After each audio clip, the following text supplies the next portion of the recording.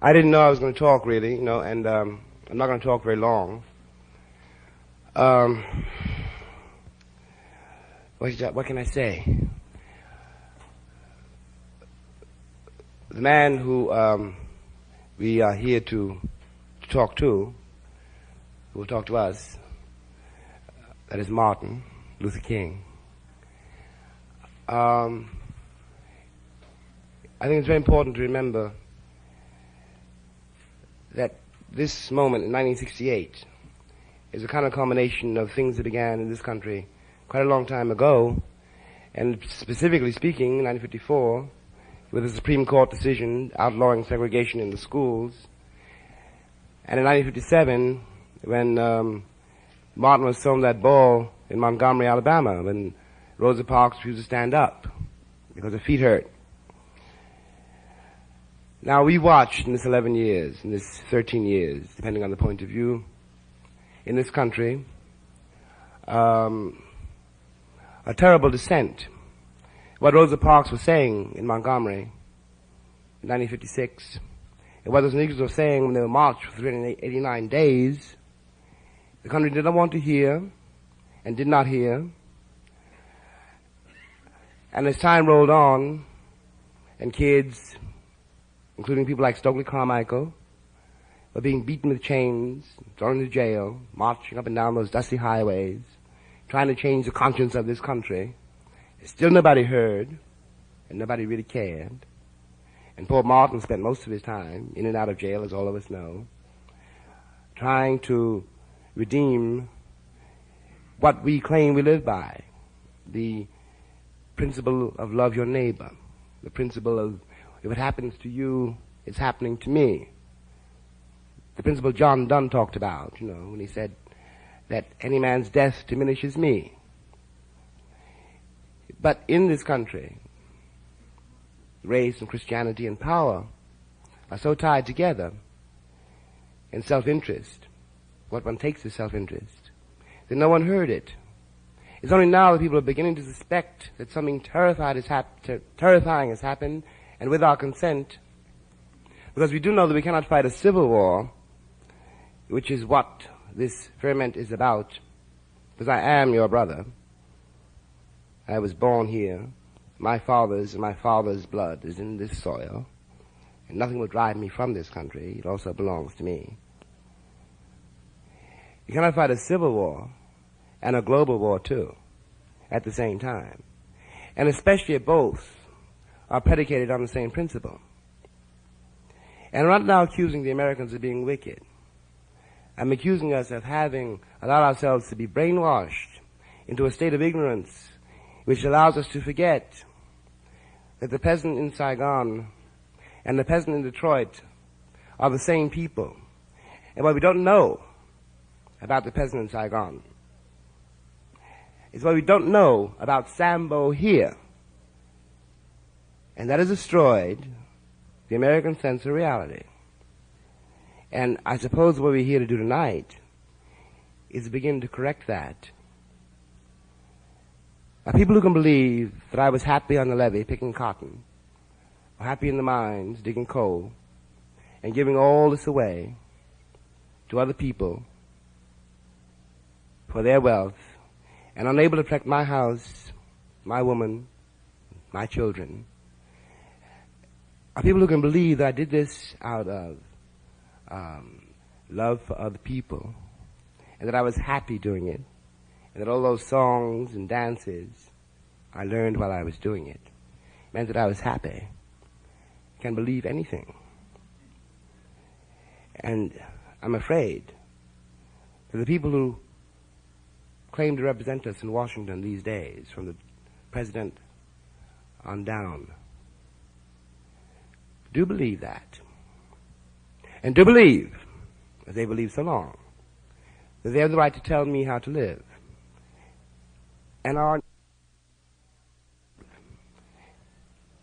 unable to begin to suspect that other people, Sambo for example, can teach us a great deal about how to live. That's all I have to say, really.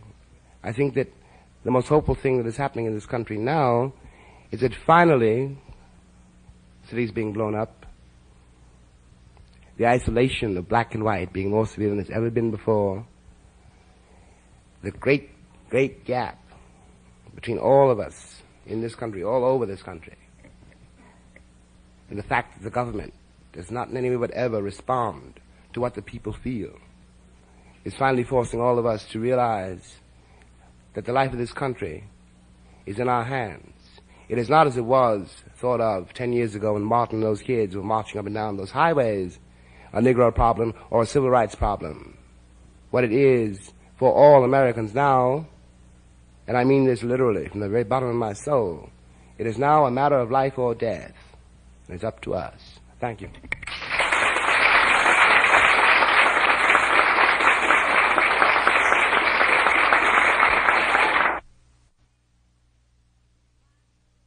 Thank you very kindly for your heartwarming applause. I need not pause to say how very delighted I am to be here and to see each of you out this evening and to see you here in such large numbers. I'm so happy to have the opportunity of hearing these eloquent statements this evening. I've been speaking. I think this is about my fourth speech today, so I have about spoken out. So since you won't hear much from me, you have already heard some very excellent statements, and I want to thank all of those who have preceded me for what they have said. Now, I'm going to try to be very brief, and I can assure you that brevity is a magnificent accomplishment for the Baptist preacher. And since I have 2 sermons to preach in Los Angeles tomorrow morning, I can assure you that I'll hold the lengthy message until that time. But I do want to thank you for your presence, and I think your presence is indicative of the fact that you are concerned about the great problems that we face in our nation and all over the world. We have just heard from Marlon Brando that these are confusing times, and I don't think anyone would disagree with that. We are faced with a situation where we find restlessness among the poor and discontent among the affluent. And for some reason, it seems that this mammoth ship of state is not moving toward new and more secure shores, but toward old destructive rocks. It seems somehow that things are mixed up in our country. We have confused policies, confused priorities, and indeed confused purposes. I remember so well that President Johnson raised a question some weeks ago when he was giving his State of the Union address. He talked of all of the beautiful television sets that we have over the nation. In fact, he gave the number, about 70 or 80 million. He talked about the beautiful automobiles and the massive expressways that will hold our automobiles up and keep them flowing. He talked about the number of automobiles, new automobiles that come out every year. And he said after that, yet that is questioning in the land. That is a strange restlessness. And I guess he raised the question because he didn't quite know what was wrong. Well, there is something radically wrong, and I suspect it is that in all too many instances we have allowed the means by which we live to outdistance the ends for which we live. We have maximized the minimum and minimized the maximum. And so we've ended up with guided missiles and misguided men. And I guess that's the basis of the questioning and the restlessness facing this generation. Our nation is in a mess. The world is in a mess. Now the question is, what do we do?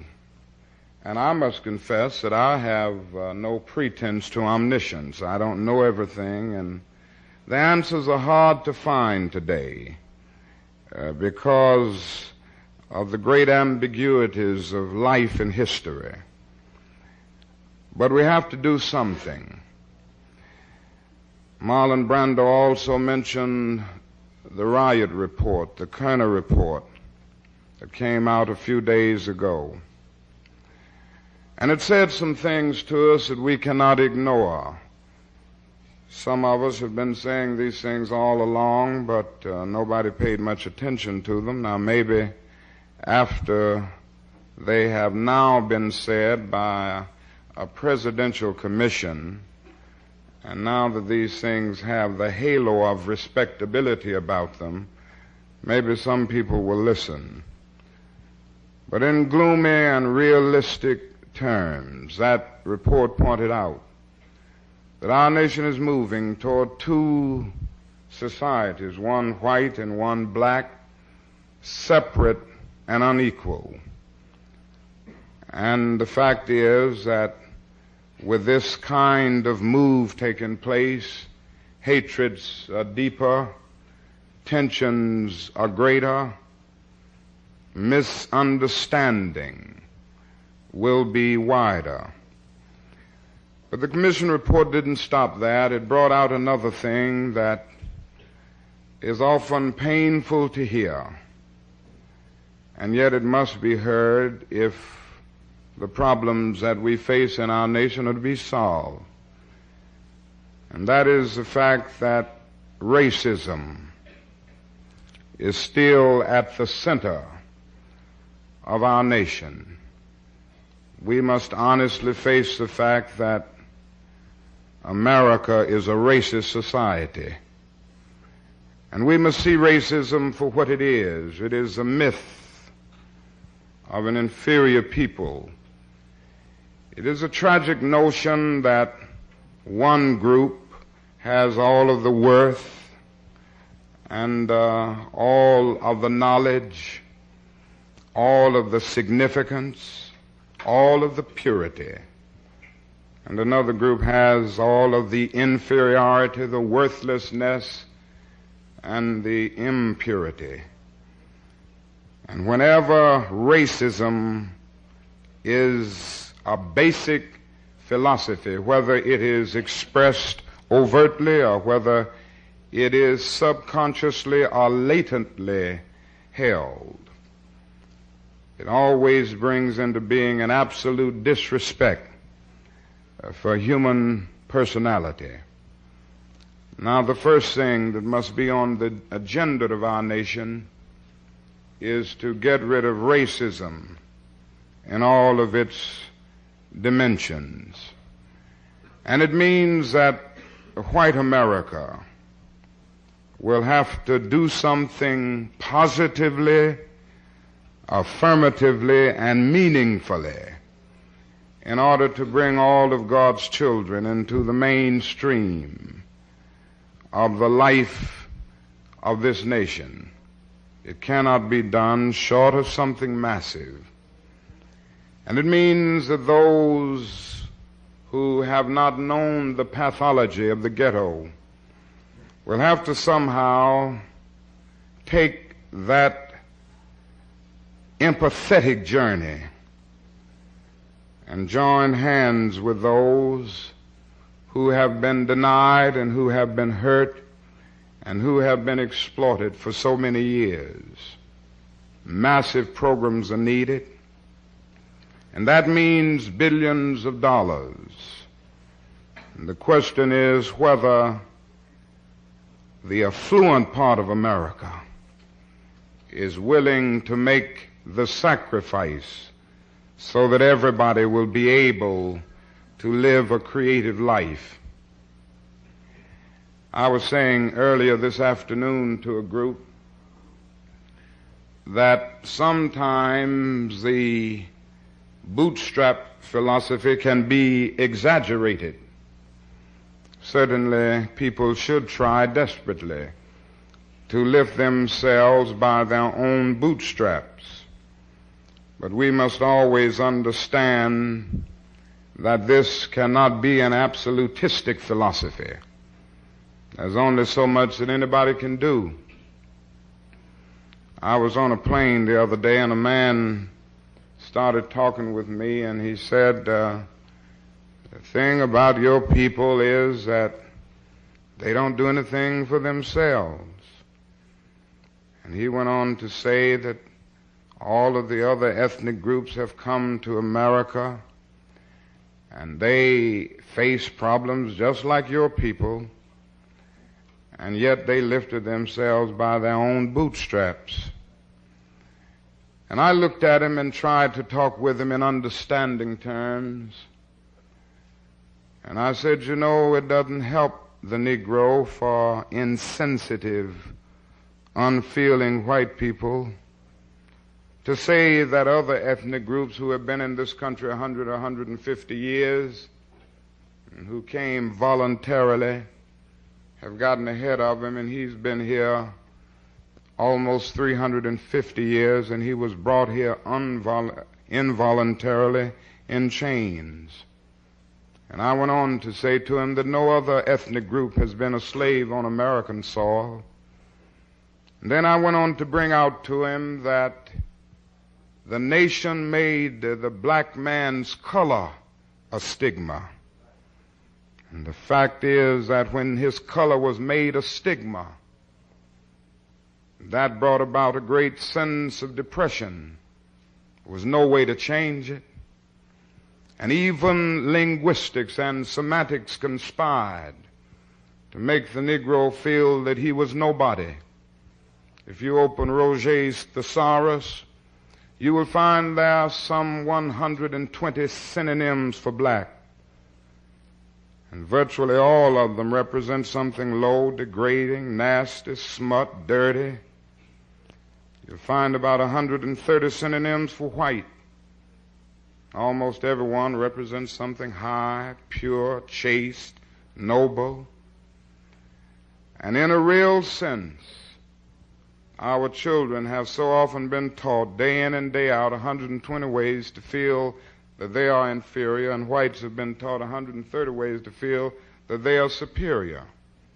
And so white lie in our society is a little better than a black lie. If somebody goes wrong in the family, we don't call them a white sheep, we call them a black sheep. If we get mixed up in other ways with the law, we don't call it white male, we call it black male. We don't whiteball people, we blackball them. Now this sounds a bit humorous, but it is true, and one can see what happened after generations of oppression and denial, and a feeling that was developed because the color was made a stigma, that you are nobody. And so many Negro boys and girls grew up feeling this, that they didn't have any dignity and any worth. I went out a few months ago to a program where my son and daughter were appearing. They are attending an integrated school in Atlanta, and they were the first Negro kids to go to this particular school. And they had a program that night entitled Music That Made America Great. And both my son, my oldest daughter were in the choir, and they were singing the music that made America great. And I listened to the music, and they had the music of various ethnic groups, beautiful music.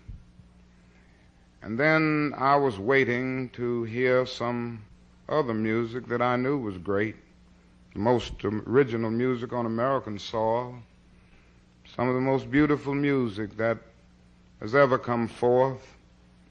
Sometimes it emerges in sorrow songs, but it has some gentle sighings and glad thunders at times that can touch the soul, and it gave people hope. It lifted them. Great music. And I waited for it. And I never will forget that that concert came to an end. And there was not the singing of one Negro spiritual, or none of the music that has come into being out of the black people and out of the suffering and the agony of the black people of this country.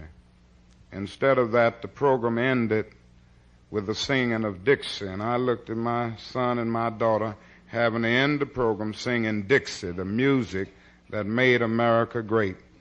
And I sat there and all but wept within. And I said to myself, how can they ever feel that they are somebody if they feel that they have no heritage, if they feel that they've done nothing or given nothing to the life of the world and to history? And how can these white students ever get rid of their prejudices and their feelings of inferiority or superiority until they know these things? And somehow we will never have an integrated society until we see these things, until we come to see that integration is not a problem, but an opportunity to participate in the beauty of diversity. And these things don't always get across. I was trying in my little way to get this over to that man who didn't understand this. And I had to finally tell him another thing that is often overlooked. I had to say to him that nobody, no group has totally lifted itself by its own bootstraps. I reminded him of the fact that in 1863 a document was signed by Abraham Lincoln, which was to free the Negro from the bondage of physical slavery, but it didn't give him any land to make that freedom meaningful. You know, it was something like keeping a man in prison for many, many years and suddenly discovering that he is not guilty of the crime for which he was convicted, and then just going up to him saying, now you are free. But you don't give him any bus fare to get to town. You don't give him any money to get any clothes to put on his back, nothing to get on his feet in life again. Every code of jurisprudence would rise up against this. But yet this is exactly what America did to the black man. It simply said you are free. And by the thousands and millions, 4 million to be exact, they stood there penniless, illiterate, not knowing where to go and what to do. And the irony of it all is that at that same time, through an act of Congress, our government was giving away millions of acres of land in the West and the Midwest, which meant that it was willing to undergird its white peasants from Europe with an economic floor. But not only did it give the land, it built land-grant colleges to teach them how to farm. It provided county agents to further their expertise in farming. It provided later on low interest rates so that they could mechanize their farms. And today millions of these people, thousands of them at least, are being paid millions of dollars a year in federal subsidies not to farm. Senator Eastland, whom you may know, gets about $125,000 a year not to farm on various sections of his plantation in Mississippi. And yet these are the very people who tell the black people of America that they must lift themselves by their own bootstraps. Somewhere we must come to see that there is a massive job to be done, and it cannot be done without massive concern and without an understanding that that is a great deal of repentance that must take place. Now, we in the Southern Christian Leadership Conference are still trying.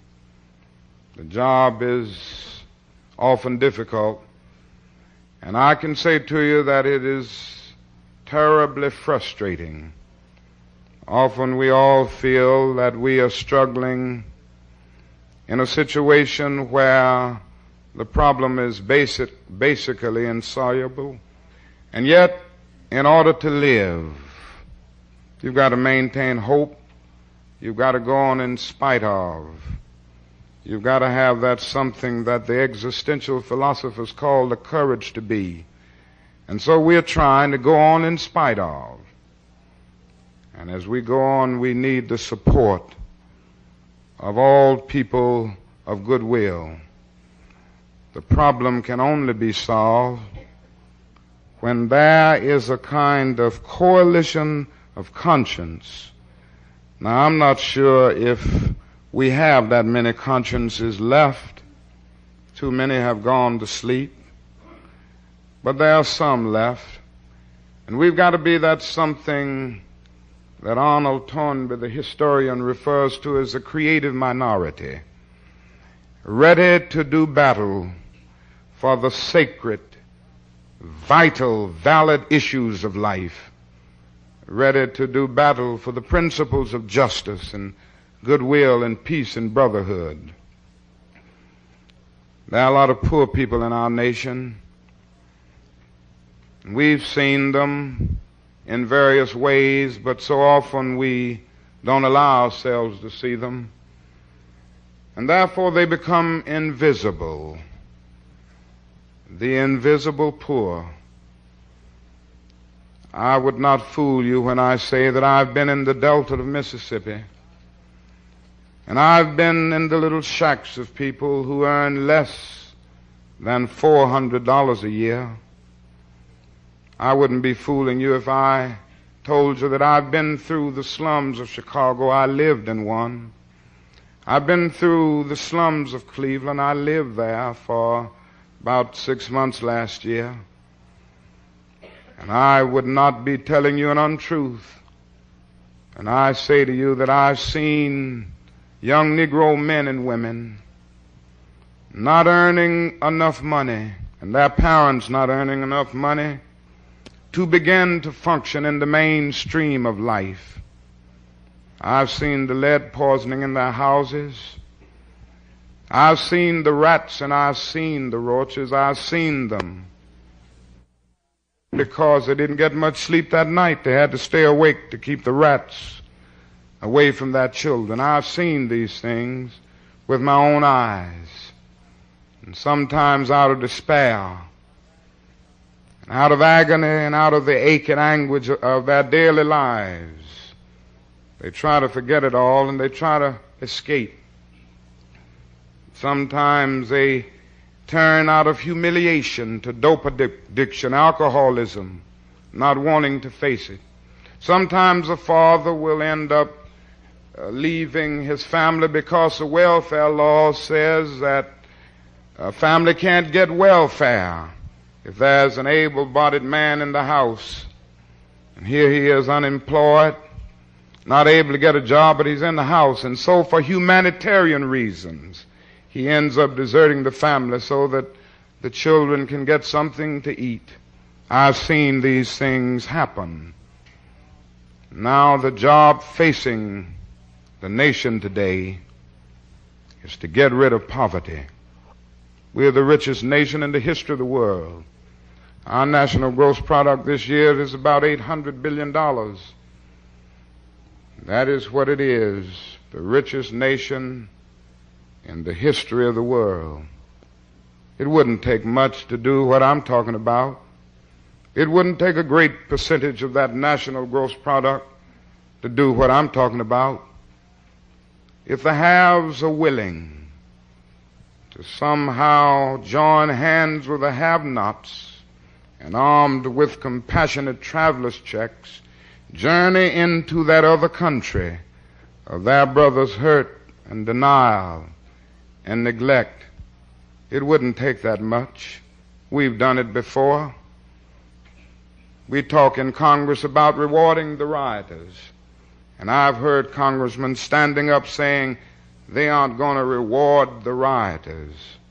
And I think of the fact that we developed a Marshall Plan after Hitler had destroyed a great deal of Europe.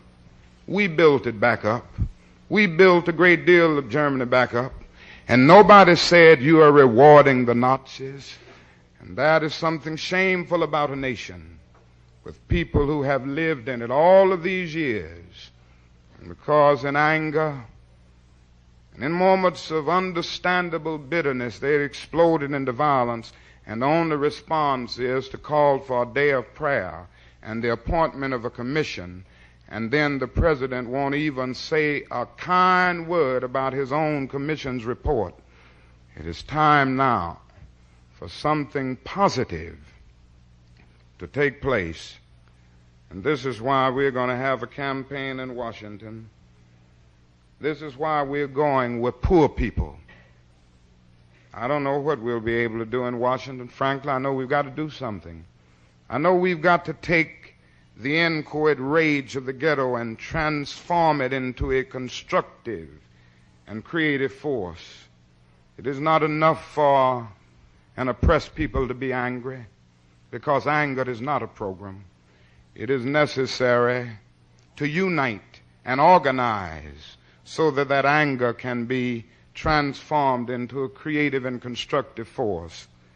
And this is what we are trying to do in our Poor People's Campaign in Washington, taking the power of direct action, keeping this issue before the attention of the nation, and developing a movement that is dramatic and attention-getting, so that for at least 60 days, nobody in this country can overlook the fact that there are poor people around.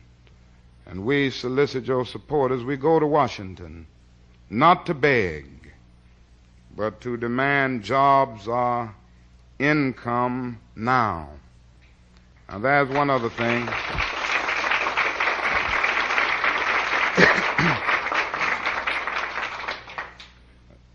There's one other thing that I'd like to say, and that is we can't have a campaign like this in Washington without recognizing the fact that as long as the war in Vietnam is taking place, we cannot seriously address ourselves to the great problems and the blight and the despair and the slum conditions of our cities. And that this is why I have been determined to keep these two issues together.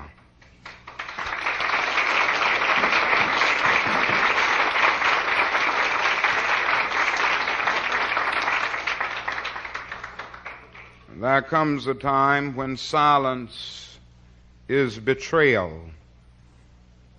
And I had watched that war in Vietnam, and I came to see that I could no longer be silent about it. And our nation is committing a grave crime, and I'm convinced if we, the people of goodwill, don't unite and keep the pressure on and demand an end to that war in Vietnam, that the curtain of doom may well come down on American civilization. The soul of our nation is being lost. Our image is terribly scarred. We are morally and politically isolated all over the world. And there isn't a single ally, former ally in terms of a major nation in the world that would dare send a troop to Vietnam. Not only are we morally and politically isolated in the world, we are playing havoc with our domestic destinies. Not only that, we are saying to the world that we are a terribly arrogant nation. Senator Fulbright calls it the arrogance of power. And we are arrogant in feeling that we have everything to teach every other nation and nothing to learn about them and learn from them. We are arrogant in feeling that we are fighting for the rights, in quotes, of another people, and we won't put our own house in order.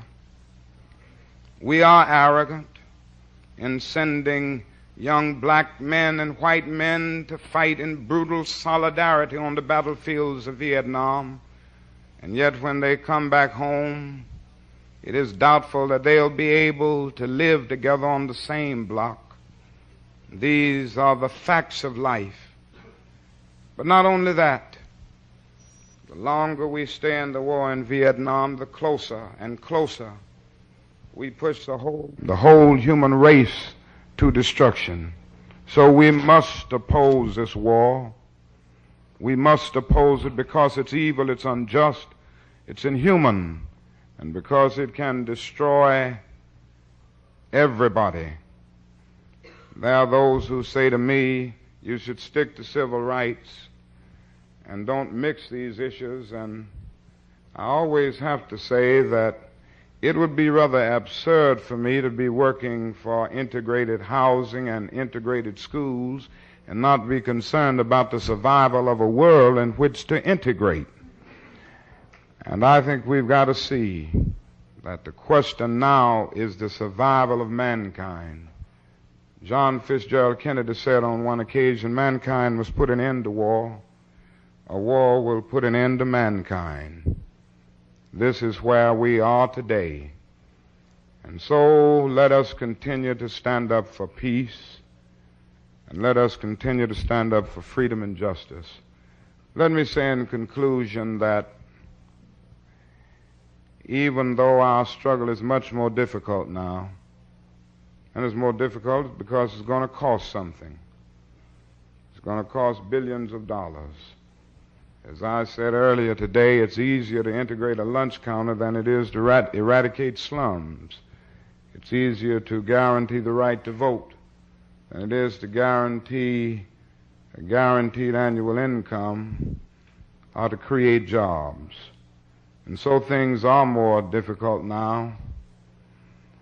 And I must honestly confess that I go through those moments of disappointment when I have to recognize the fact that there aren't enough white persons in our country who are willing to cherish democratic principles over privilege. But I'm grateful to God that some are left. And I say to you that our goal is freedom. I believe we're going to get there, however difficult it is. And I believe we're going to get there because however much she strays away from it, the goal of America is freedom. And our destiny is tied up with the destiny of America. Abused and scorned though we may be as a people, our destinies are tied together. Before the Pilgrim Fathers landed at Plymouth, we were here. Before Jefferson etched across the pages of history the majestic words of the Declaration of Independence, we were here. Before the beautiful words of the Star-Spangled Banner were written, we were here. And for more than 2 centuries, our forebears labored here without wages. They made cotton king. They built the homes of their masters in the midst of the most humiliating and exploitative conditions, and yet out of a bottomless vitality, they continued to grow and develop. And if the inexpressible cruelties of slavery couldn't stop us, the opposition that we now face, including the so-called white backlash, will surely fail. We're going to win our freedom.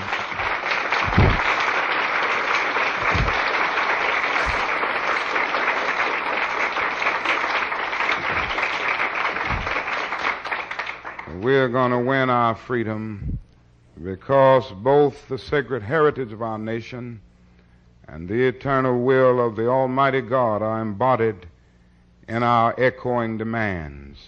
And so together we will work until we make America one nation, indivisible, with liberty and justice for all. Thank you.